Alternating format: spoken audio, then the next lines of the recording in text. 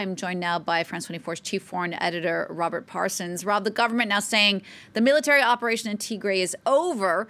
Does that in any way seem to be accurate, given what we're hearing from the leaders of the Tigrayan forces? I mean, a couple of things to say. We've heard many things from the leaders of the Tigrayan forces. For instance, that 14 divisions of the Eritrean army were also involved in fighting with the Ethiopian army against them. Turned out to be completely untrue. That the battle for Mekele, the regional capital, would be a really fierce one. Turned out to be completely untrue, and so on and so forth. So I would take their claims, for instance, to have shot down a plane, although it's quite possible, and to have taken back the town of Aksum, the cultural capital of Tigray, with a pinch of salt. The other caveat, quite a big one, is that communications are still very poor with Tigray. The only real information we're getting about what's happening on the ground is coming from the Ethiopian government. How reliable that is, one can't really say at the moment, but certainly the impression that has been created is that the Ethiopian armed forces have achieved their ends very quickly. The conflict has lasted 3 weeks. They said this final military stage, the so-called third phase, would be over quickly.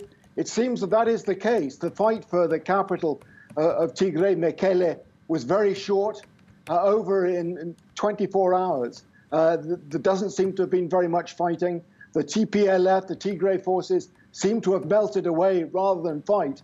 So, in that sense, it appears that the armed forces of Ethiopia and the government led by Abiy Ahmed have achieved what they set out to achieve remarkably quickly.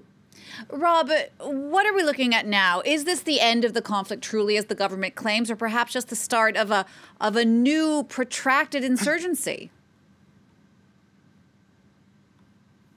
This really is the big question at the moment. Debretsion Gebremichael, the leader of the TPLF, together with the leadership, it seems, has gone into hiding. How many people they have with them is really hard to guess at just for the moment. What is interesting is that if the TPLF, in this first phase of the conflict, were anticipating to get significant popular support to come behind them, it didn't happen. So the question will be, will they be able to sustain an insurgent operation? Remember, back in 1975 to 91, when there was a civil war in Ethiopia, the backbone of that civil war was from the TPLF, from the Tigrayan Popular Liberation Front. It ended with the TPLF taking the national capital of Addis Ababa. Is that going to happen this time? Almost certainly not, I would say. The TPLF wants to present this as a fight for national self-determination. The reality is it's something rather less than that. It looks more like a power play. So whether they will be able to bring ordinary Tigrayans on board is a moot point. The other factor that's important this time is that Eritrea to the north, the country of Eritrea, is hostile towards the TPLF. And the border on the west with Sudan is closed. That makes any insurgency much more difficult than back in the end of the 20th century. Rob, thanks for that. France 24's Rob Parsons.